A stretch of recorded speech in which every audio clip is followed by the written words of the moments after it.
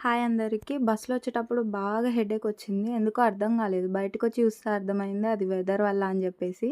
నాకు హెడేక్ వస్తే ఒక్కటే ఒక సొల్యూషన్, మెడిసిన్ అన్నీ. అదే చాయ్.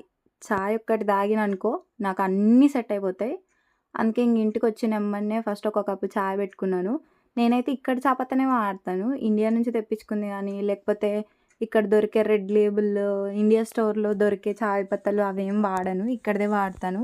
నేను నార్మల్‌గా చాయ్ పెట్టుకుంటే ఓన్లీ ఇలా చేస్తా. కాకపోతే ఈరోజు బాగా హెడేక్ వచ్చిందని చెప్పేసి కొంచెం అల్లం గూడా యాడ్ చేసినాను. మా అమ్మ ఎప్పుడు చెప్తుండే అనమాట. పెద్ద పొయ్యి మీద చిన్నగా పెట్టి మరలిస్తే చాయ్ మంచిగా మరలుతది.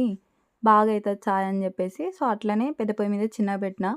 గ్యాప్‌లో ఇంక నా బాక్స్ కడిగేసుకున్నాను. అట్లే కొన్ని బాసనలుంటే దానిలతో పాటు కడిగేసిన.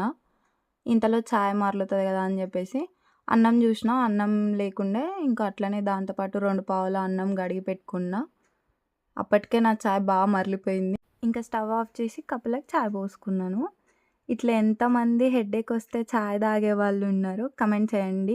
మీ ఫ్రెండ్స్‌లో ఎవరైనా ఉంటే ట్యాగ్ చేయండి. బాయ్.